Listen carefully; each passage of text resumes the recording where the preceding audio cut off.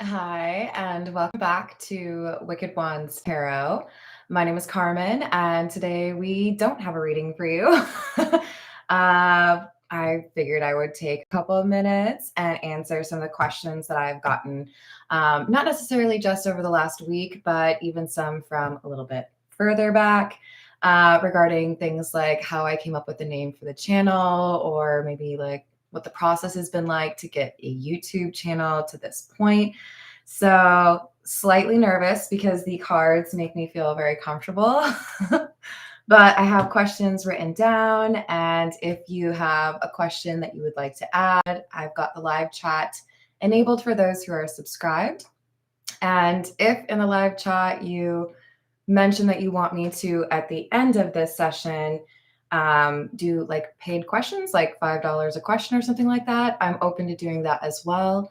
But at least at the beginning, I want the questions to be more so about like the channel and how I do things, even though that might be a little bit strange. I don't know. Do I call in spirit? Why not? A little bit of wind chime time never hurt anybody. Hello, Holy Yoga. Hello, Ralph. Hello, Co-Create. Hello, Pagan Ancestry. Co-Create, I love you using the emojis. That's awesome. Hello, Key Controller. How are you doing? So yeah, I've got questions written down. I'm going to start off with, I'm pretty sure this was from Aqua Beauty. Hello, Peggy. I love you, Peggy. You're so cute. I don't know how to answer that other than usually have to curl my hair more than once a day, but not every time.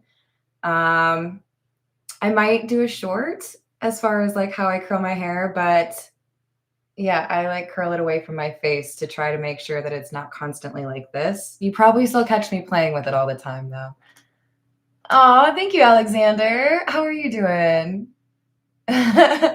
Okay, so I think this was from Aqua Beauty. We have, how do you choose the titles and the cards that you use? I'm going to answer those separately.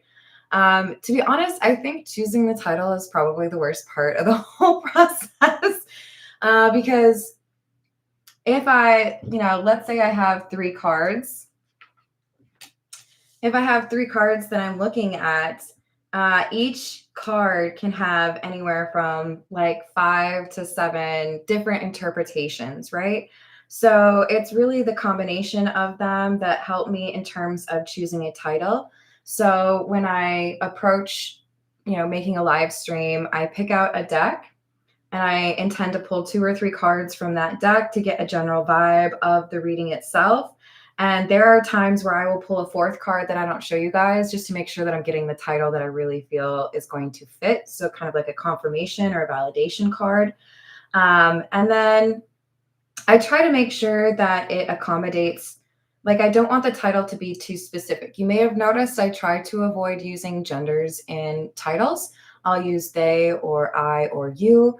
But I don't really want to muddle things too much because I do know, for example, in the collective, there are definitely men who identify as a divine feminine or understand that they sometimes come out as like the high priestess or the empress.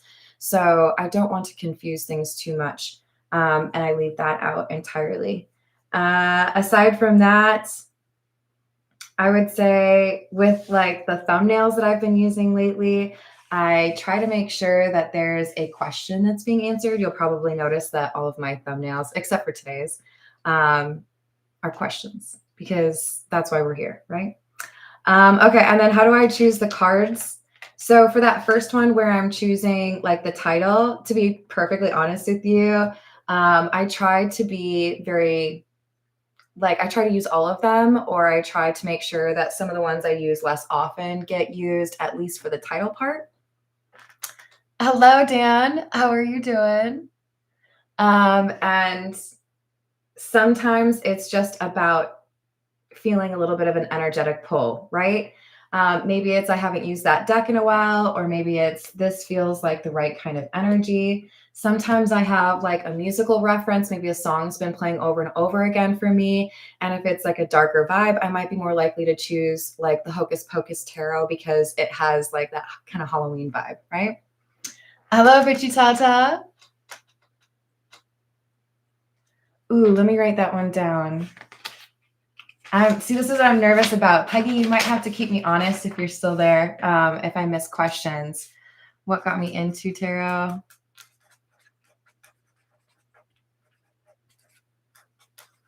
And then Bitchy Tata.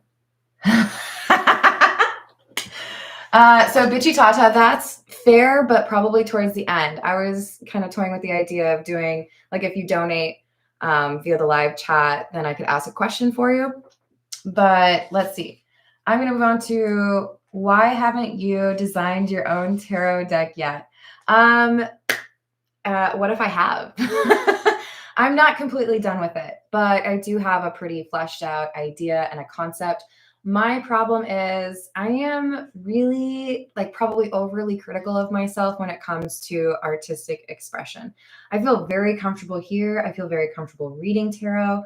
But I've also decided that when I do my own deck, it's going to be an oracle deck first, because it's more complicated to do a tarot deck when you have an accompanying guidebook. Then you have to have an ISBN and all of this other stuff. It's more expensive, basically. So I do have a theme. I do have concepts. I do have, like, I've done some work design-wise. And that being said, I decided to shift more towards the oracle. I have what I want on the oracle cards. I don't have the background figured out. And then some of you already know. Hello there, Jimmy. I miss you. I hope you're doing well. Ooh, that's actually a really good one, and I would never charge anyone for that.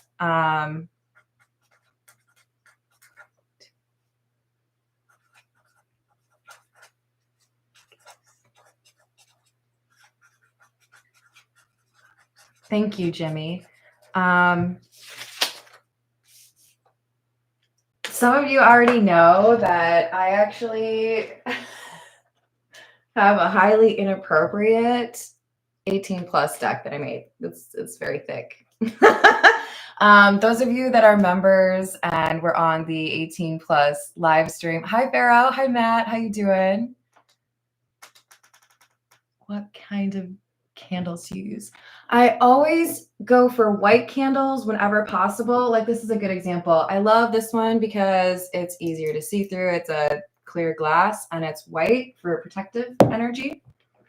Those tend to be my favorite, but I won't lie, I'm also a little bit of a sucker for, this is like a tropical smoothie smell. So, but I try to get large candles. So to be fair, I have already designed a deck. It's just not a tarot one. I'm just going to give you an appropriate one that I can show you. I can't show you all of them. If you want, you can join the members. The stars or the tower, and I'll use this on there because I'm less concerned about issues with advertising. I'm trying to figure out which one's good to show you. That one's not offensive. Not really. This is one of the cards. So yeah, I do want to actually get super artistic with it and create my own tarot deck. And I love that there's somebody that would probably buy it from me. But I do need to get to the point where I feel like I can, like, have some inventory. And then also, if I have to, like, mail them out, I kind of hate the post office. But yeah. What did mom say when she learned of my abilities? I think the right word, well, I don't know if I really remember what she specifically said, but it was probably more like of a quiet response and kind of like inquisitive, right? Like, oh, tell me more. My mom is a sweetheart. She's very supportive. She doesn't know a lot about this kind of thing, but the more she gets to know about it, I mean, she's just been really sweet and supportive. She understands that to some people, it's not really their thing, but I think she's proud of me because she sees that I'm helping people, which is really kind of sweet. So yeah, no like judgment or anything like that. Just kind of like, tell me more kind of thing. I have not seen the opera Carmen. but I'm glad it's out there. I should. Phrasing.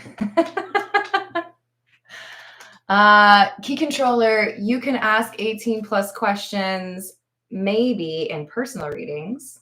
I do not currently have pets. I do love cats, and I intend to get another cat probably later this year, but I want to make sure it's the right time for it. Thank you, Bumface. She's the absolute best. She's my best friend. Also, I think it's funny, Key Controller, you said 19 plus instead of 18 plus. Hello, Diesel Gravy. How are you doing?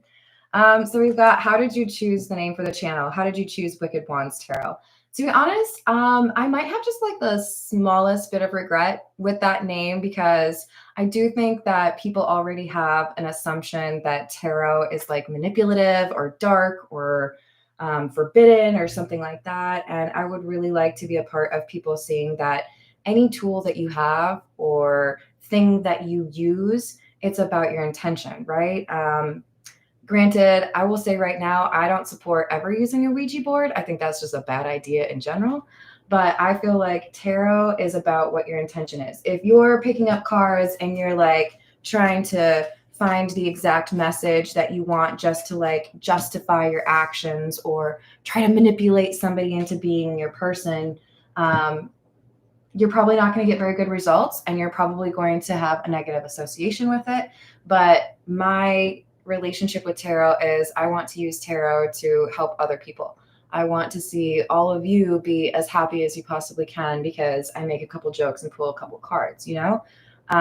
There are things that I needed to hear when I was younger, and if I had heard them earlier on, maybe I could have avoided some problems or gotten through my spiritual awakening experiences a little bit less scathed, or I don't know if I can say unscathed, but you know, Wicked Wands is really because I like alliteration. Alliteration would be two letters or like the same sound of two words in a row. So I really liked that it was two W's. I feel like even though I'm super Pisces, I have a lot of fire energy because I'm the kind of person to do shit you don't really expect me to do. So I wanted there to be some, I guess, kind of like call out to the fire energy that I feel, even though I am like uber Pisces. Good question, Diesel Gravy. Diesel says, you believe the tarot uniquely helps to illuminate. Perhaps I am a little bit influenced by the fact that I have such a deep love and appreciation for art. But part of the reason I have so many tarot decks is I adore seeing how different people interpret different cards, seeing how they want to, you know, represent somebody who is smart and intelligent. I could hang out at museums all day and be a very happy camper. So I feel like tarot has a similar story or has chapters that we all go through, but depending on which tarot deck you pull from, it illuminates different elements of those meanings for each card. So yeah, I think it helps us to see things that maybe at times we have blinders on or we don't really want to see. And I say that because I completely ignored my tarot deck for like a year and a half to 2 years because I didn't like what it was telling me, because it was telling me I had to change my whole freaking life. And I was like, I'm not ready for that. Thanks, but no. This is the first tarot deck that I ever had, the Green Witch. And I love it, but I do not recommend it for your first tarot deck because it is just a little bit too unique. I would recommend, if you're going to get your own tarot deck or get one for somebody else, get something that is a little bit closer to the Rider-Waite, the original artwork, and then branch out from there, right? Like at the very least, I would recommend your first tarot deck being something that has like stays true to pentacles, swords, cups, and wands, instead of like some of them change it, like the Green Witch. Hello, Danny. Hello, Michael. Hello, Carrie. How's it going? Hello, Tim. Big hug to you too. Pharaoh asks, when did I start listening to spirit? Well, see, here's the thing. Like I just told you, I took a little bit of a break, right? I didn't like what it was telling me. So I feel like initially I was getting more comfortable with the tarot, doing readings for friends, helping them figure things out. And that was really fun for me. And then when I would try to do a reading for myself, it would be like, hey, Carmen, you're being a little bit inauthentic here and you're going to have to change that. And I was like, really? Like I'm building something here and you're telling me I have to like destroy the whole thing? I think I first started listening to spirit when I was in my 20s, but violently pushed away for a couple of years because I wasn't ready. I didn't want to embark on that. And then when I did, it's like everything changed, right? As far as intuition and your gifts. So you have to, I think you have to choose to go through something alone that is difficult, even though you know it's worth it, in order to get some of those spiritual gifts to actually like kick in or activate. And it's meant to help you get through that, right?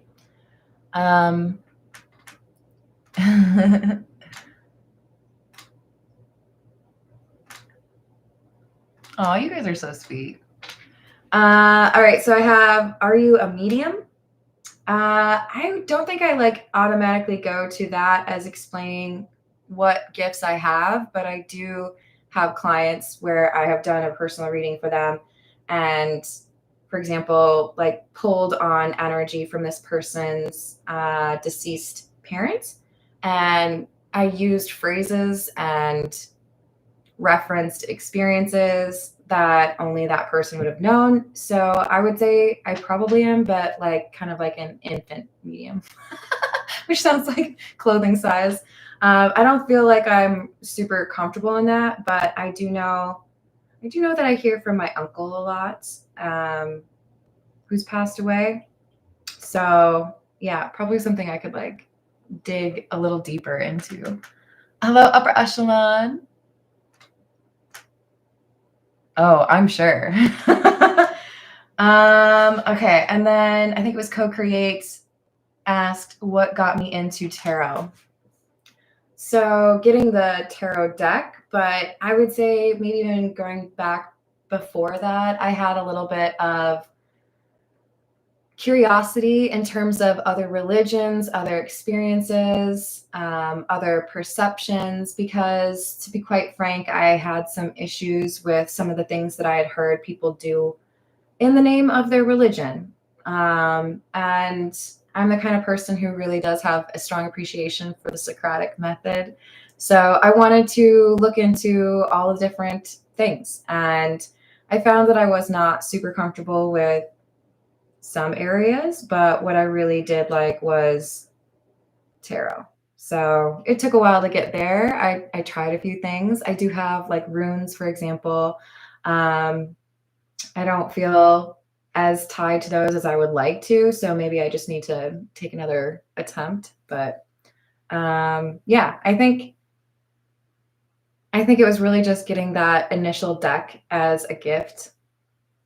Jimmy, I love this question, asked how to bring gifts out in order to help others. So I would imagine many of you have at least one gift or a couple, and maybe you don't even necessarily fully understand what you have in your gift bag.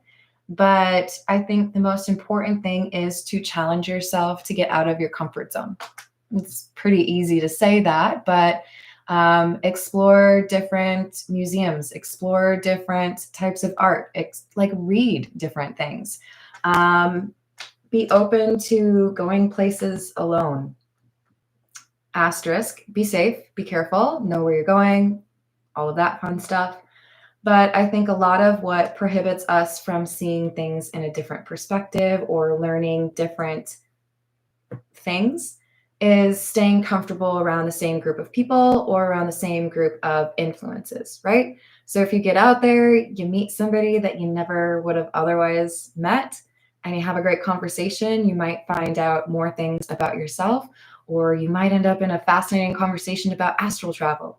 That sort of thing has happened to me, and that's part of what enabled me to kind of from a younger age, I guess, be open-minded in terms of what the brain is capable of and what humans are capable of. Hi, Johnny. How are you doing?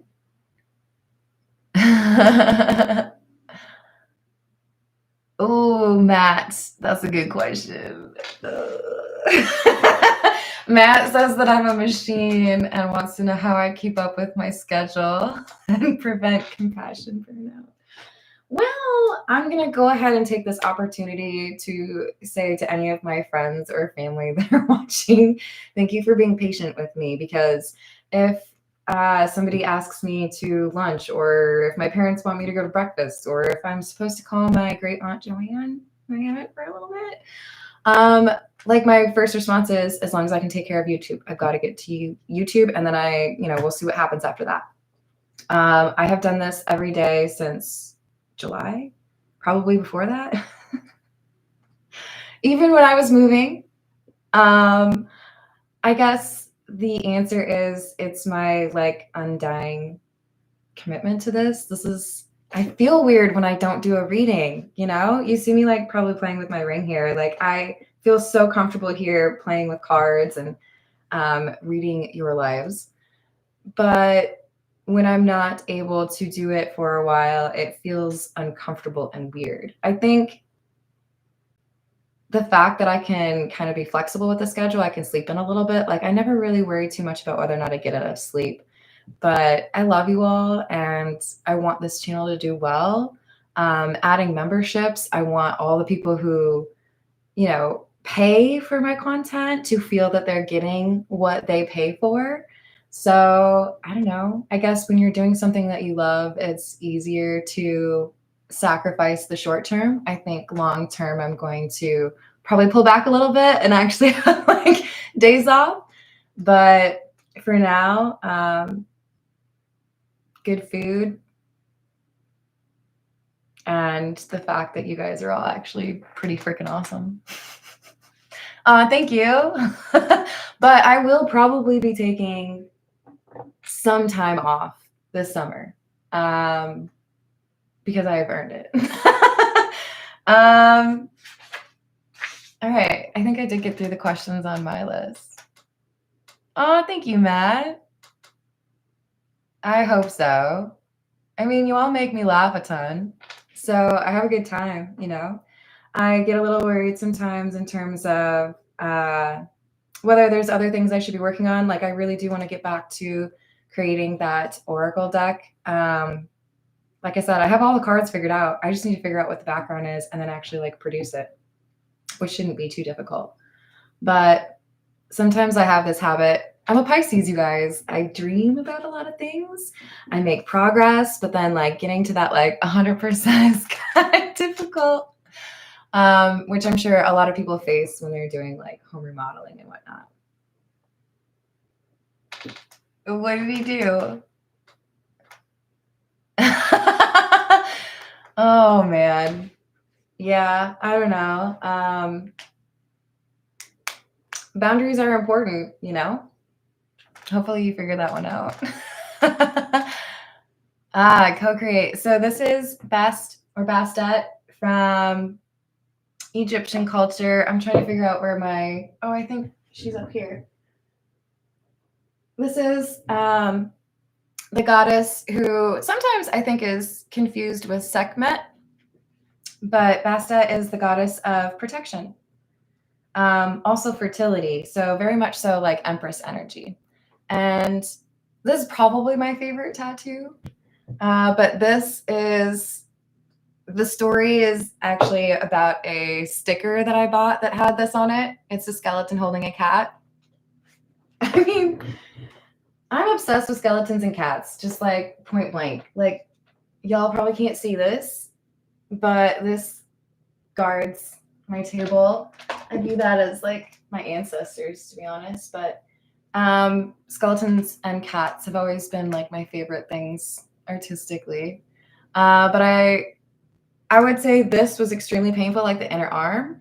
I have a few more. You can't quite see it, but there's a fox looking at the North Star. That one wasn't very painful. It just sucked to wash because like I can't fucking reach it. Oh, sorry. I totally dropped an F-bomb there. I do have a glitter skull. Right there, yeah. And then I've got feather and a rose. Those are for my families. The rose is really important to my mom's side of the family, and the feathers for my dad's. Oh, I'm nervous we're gonna get kind of drowned out by a lawnmower. Okay, so question: do you all want me to do any like individual questions, or shall we wrap it there? I think there was maybe only one that wanted to do a personal one. Sounds like a UFO.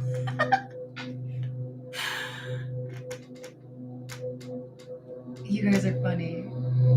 Thank you, Pharaoh. Okay, I think I'm going to take that as a time to wrap this up. But if you all want me to do this again sometime, I'm happy to. I hope you enjoy the rest of your day. Thank you for the likes and subscribes. Toodles.